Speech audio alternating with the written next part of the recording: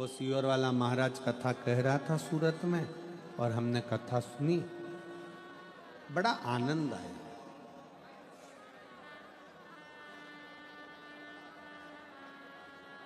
हम महादेव के मंदिर में दर्शन करने गए, हमने दर्शन किया, वहां पर बड़ा आनंद आया। हम वहां प्रयागराज दर्शन करने के लिए गए, महाकुंभ का स्नान करने के लिए गए, वहां पर आनंद आया। हमने अपनी वाणी में यह नहीं कहा कि वहां मजा आया, शिव पुराण की कथा सुनी तो मजा आया, ये शब्द नहीं।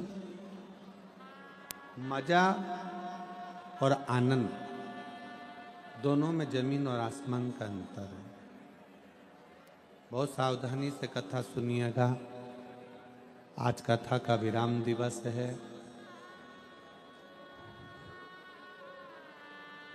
जितने दिल से सुन सकते हो, पूरी रात से इंतजार कर रहे हो कथा का।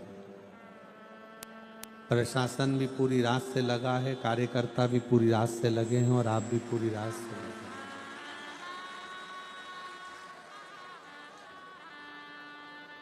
आज की कथा दिल से सुनो।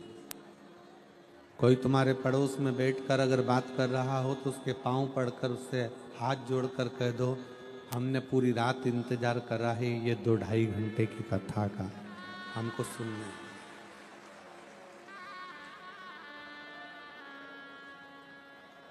आपको कोई डिस्टर्ब करे तो उसके पांव छू लो, प्रणाम कर लो उसको कि हमको कथा सुन ली।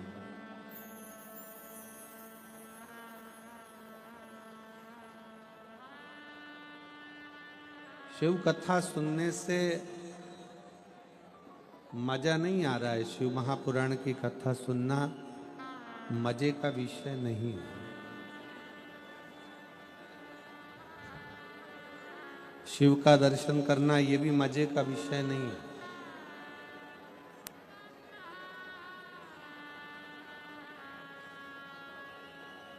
मजा आना और आनंद आना दोनों में जमीन आसमान का अंतर है। मजा कुछ क्षण का रहता है, मजा कुछ देर का रहता है, मजा कुछ घंटों का रहता है, मजा कुछ दिन का रहता है और आनंद हमारे अंतिम श्वास तक का रहता है।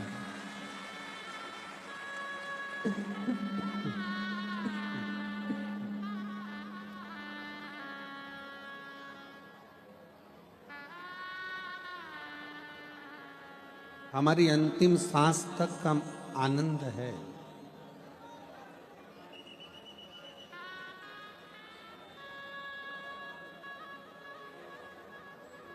एक थोड़ी देर की ऑर्केस्ट्रा करवा ली, उसको मजा कहते हैं।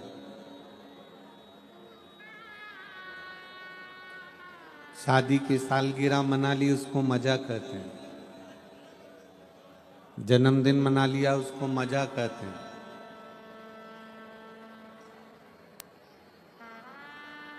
उसको केवल मजा कहा गया जो 1 दिन के लिए, 2 घंटे के लिए, 8 घंटे के लिए, 4 घंटे के लिए, 6 घंटे के लिए, 10 घंटे के लिए किया।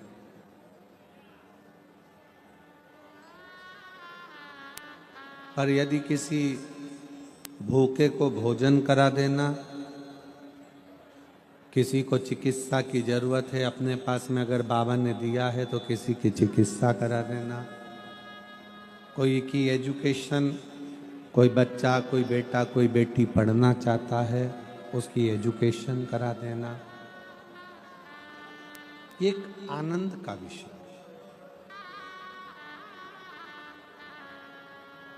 एक आनंद का।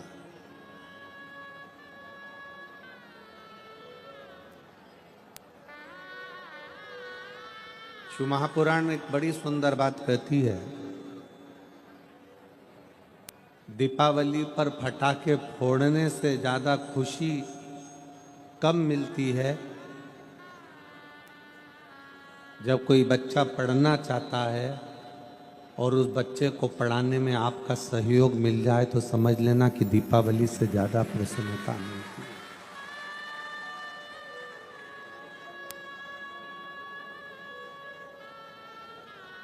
दीपावली की मिठाई से ज्यादा मिष्ठान, दीपावली से मिठाई से ज़्यादा मीठी अगर कहीं मिठाई हो सकती है तो कोई बहुत दुखी है और उसके चेहरे पर आपके द्वारा मुस्कुराहट आ जाए तो समझ लेना कि अपनी जिंदगी की सारी मिठाई नहीं खाई,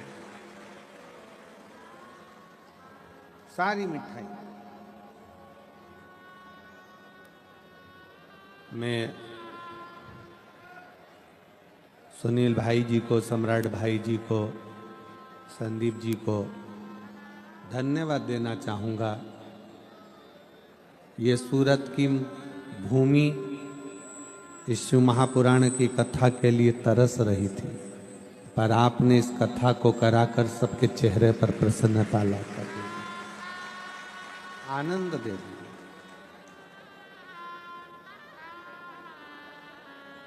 सम्राट भाई, सुनील भाई, संदीप भाई, मजा थोड़ी देर का रहता है पर ये इसको आनंद कहते हैं। सम्राट भाई, ये आनंद भूतो न भविष्यते, सूरत के इतिहास में यह आनंद स्वर्ण अक्षर में लिखा गया कि ये शिव महापुराण की कथा कैसी होती है और शिव पुराण का आनंद कैसा है।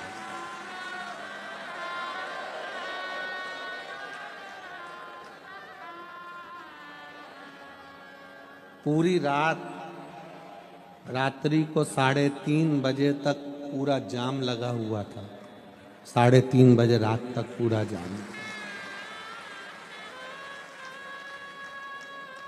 और मैं प्रशासन को धन्यवाद दूंगा कि यहाँ के कलेक्टर महोदय, SP, SSP, IG, DIG, SDM, तहसीलदार, यहाँ के जो भी प्रशासन अधिकारी हैं उनको बहुत बहुत साधुवाद है। उन्होंने पूरी रात इस शिव भक्तों को संभाला,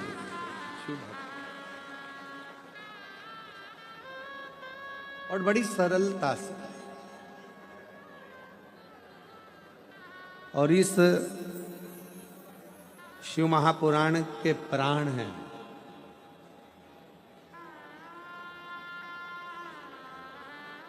इस शिव महापुराण की अगर सबसे बड़ी कोई जान है तो इस शिव महापुराण के कार्यकर्ता इसकी जान है। इस शिव महापुराण के सेवादार जो रात देखे ना दिन देखे, ना ठंड देखी ना गर्मी देखी, धूप में छांव में कैसे भी खड़े होकर सेवा करते रहे। भोजनशाला में भोजन बनाना, ट्रैफिक की व्यवस्था संभालना, चाहे लड़कियां हो चाहे लड़के हों, बेटियां बेटे, बुजुर्ग जवान सब लगे।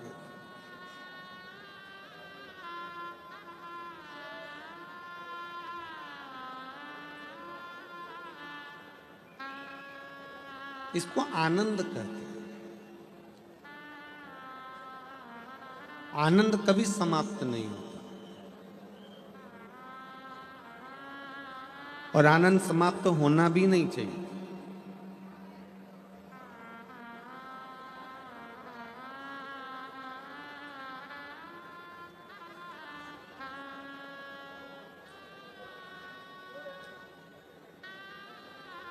जो चीज मिल जाती है ना,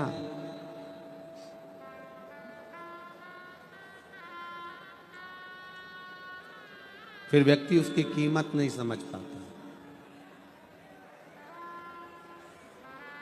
लड़का लड़की को प्रेम करता है, लड़की लड़के को प्रेम करती है। जब तक शादी नहीं होती तो रात के 2-2, 3-3 बजे तक बात होती है।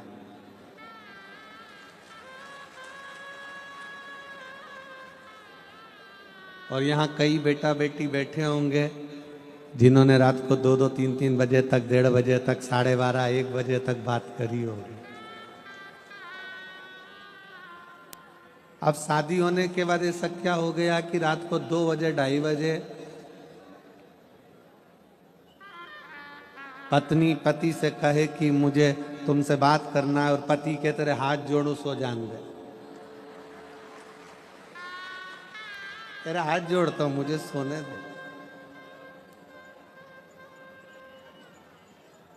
अब जो रात को 1:30 बजे बात करता था, 12:30 बजे बात करता था, 1 बजे बात करता था, 3 बजे बात करता था, सुबह से उठकर 5 बजे से चैटिंग चालू हो जाती थी, गुड मॉर्निंग, और वो गुड मॉर्निंग तो होती थी पर गुड नाइट नहीं हो पाती थी। अब जरा विचार करिए, जिससे इतनी प्रेम से बात हो, जिससे इतनी लगनता से बात हो, और वो शादी हो गई, मिल गई या मिल गया, उसके बाद बातें खत्म हो गई। एक फ्रिज आपके घर में नहीं है, उस फ्रिज को लाने के लिए आपने बड़ी मशक्कत करी, फ्रिज घर में आ गया, उसके बाद उस फ्रिज को नया आया, स्वस्तिक बनाया, पूजन करी, उसके बाद उस फ्रिज को देखने के लिए आपके पास टाइम मिला क्या? जम के बोलो। वॉशिंग मशीन नहीं थी, वॉशिंग मशीन आ गई, उसके बाद उस वॉशिंग मशीन की पूजन करी, फिर उसके बाद कभी देखने का मौका नहीं। घर में फर्नीचर नहीं था, अलमारी नहीं थी, अलमारी आ गई, उसके बाद में उसको देखने का समय नहीं। जो गाड़ी आपके पास में नहीं है उसको पाने का प्रयास करते हो, जिस दिन वो गाड़ी आपके पास आ जाती है फिर आपकी दिल की तमन्ना पूर्ण हो जाती है। आप पाना चाहते हो। एक भक्त ने पूछा, गुरुजी शंकर भगवान हमको मिलते क्यों नहीं है? हमारा काम कर देते हैं, झोली भर देते हैं, खुशियां दे देते हैं, सब कुछ कर देते हैं, पर हमारे सामने शंकर जी आते क्यों नहीं है? हमने उसको यही कहा,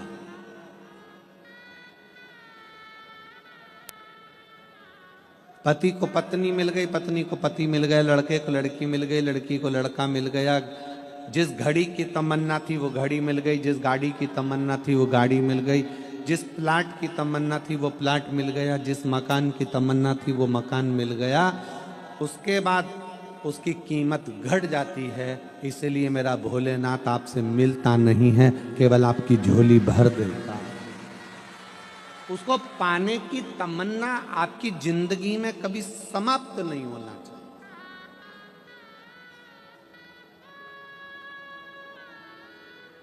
शिव को पाने की तमन्ना कभी जिंदगी में समाप्त ना हो, आनंद पाने की तमन्ना कभी तुम्हारी जिंदगी में समाप्त ना हो।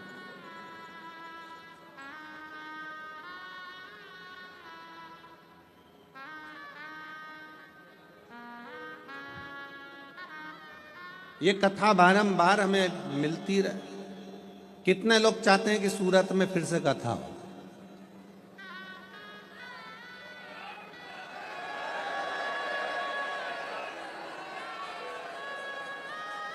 तो सुनील भाई और सम्राट भाई को पकड़ लेना वापिस।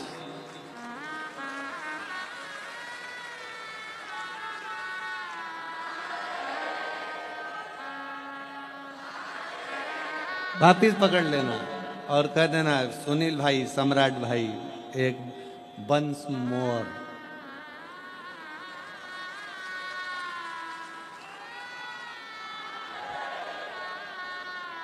अब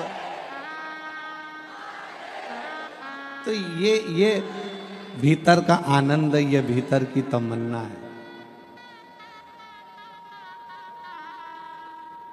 मजा थोड़ी देर का रहता है पर आनंद जिंदगी भर का रहता है, समाप्त नहीं होना चाहिए।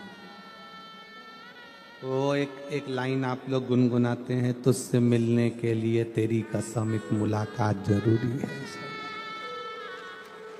बस उस विश्वनाथ से मिलने के लिए क्या पेट नहीं भरना, बहुत बहुत ध्यान देना। थोड़ी सी अपने भीतर ललकता रखिए शिव को पाने की।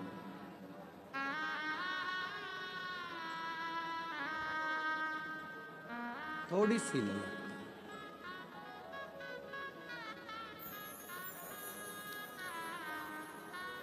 और जब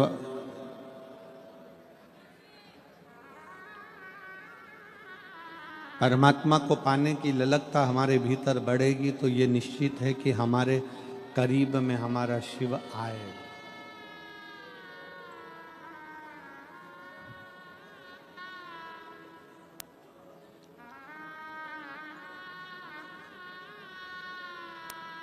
जिसको आप बहुत ज्यादा प्रेम करते हो, जिससे आप बहुत ज्यादा आस रखते हो, जिस पे आप बहुत ज्यादा विश्वास करते हो, उसके एक फोन का इंतजार करते हो कि एक फोन आएगा और मुझे उससे स्नेह होगा, प्रेम होगा, वो मुझे याद करेगा।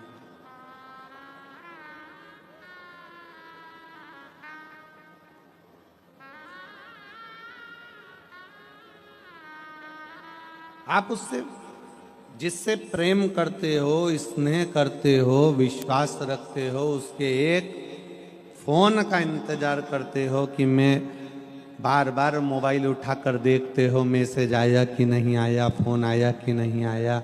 तुमने उसको ब्लॉक कर दिया, 3 बार ब्लॉक से हटा कर देखा कि इसने मैसेज करा कि नहीं करा।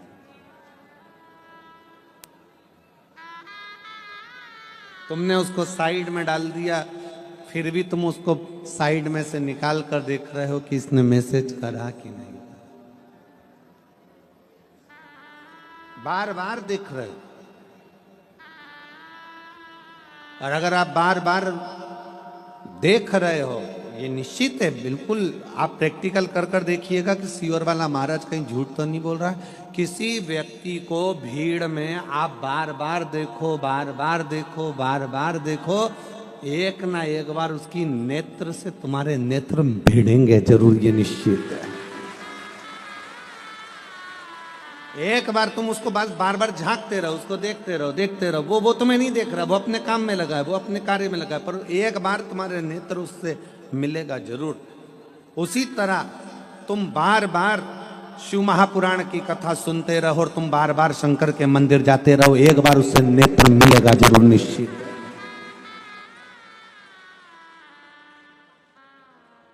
तुम जाओ शंकर के मंदिर में एक लोटा जल समर्पित करने के लिए।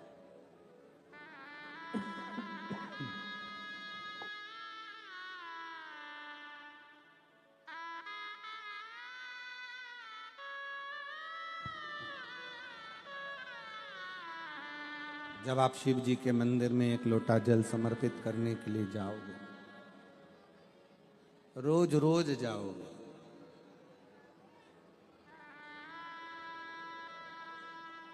प्रतिदिन जाओगे, एक ना एक दिन उससे मिलन जरूर होगा, मिलेगा।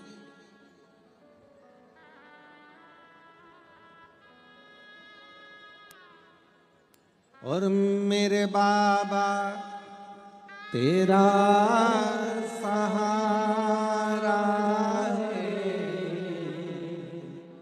मेरे बाबा तेरा सहारा है,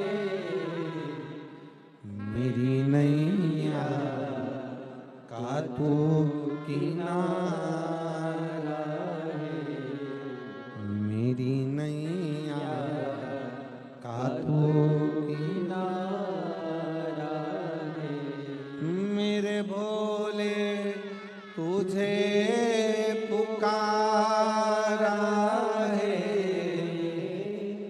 मेरे भोले तुझे पुकारा है, मेरी नैया का तू सहारा है, मेरी नैया का तू किनारा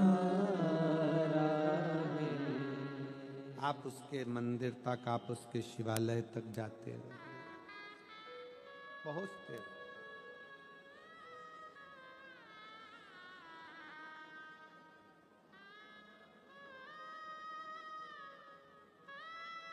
शिवरात्रि की एक कथा मिलती है।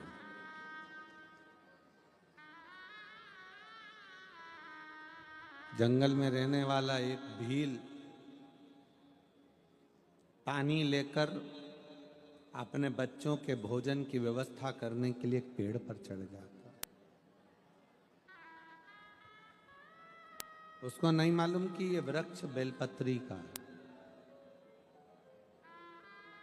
उसको ये भी नहीं मालूम कि उस बेलपत्री के वृक्ष के नीचे शंकर का शिवलिंग है कि नहीं है।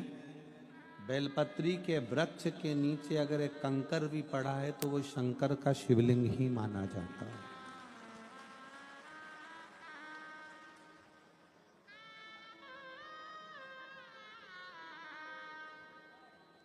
वो विश्वास एक हिरण को मारने के लिए, बच्चों का पेट भरने के लिए धनुष बाण लेकर पेड़ पर चढ़ा है, पीने का पानी लेकर चढ़ा हुआ है।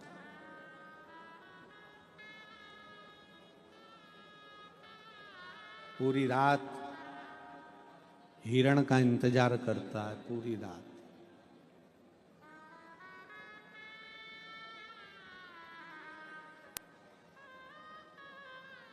और पूरी रात जब वो हिरण का इंतजार करता है तब एक हिरण दिखता है।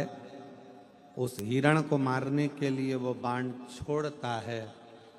उसके पहले हिरण उससे निवेदन करता है कि मुझे मत मारो, मेरे बच्चे इंतजार कर रहे हैं।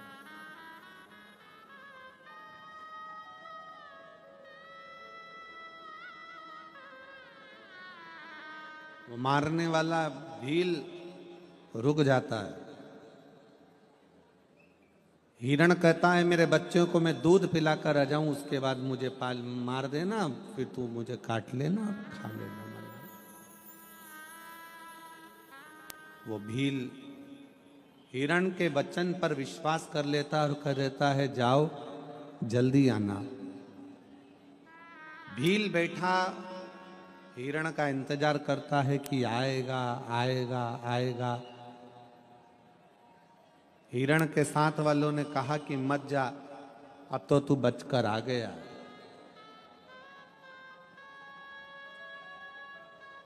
अब तो तू बचकर आ गया, मत जा। पर हिरण ने कहा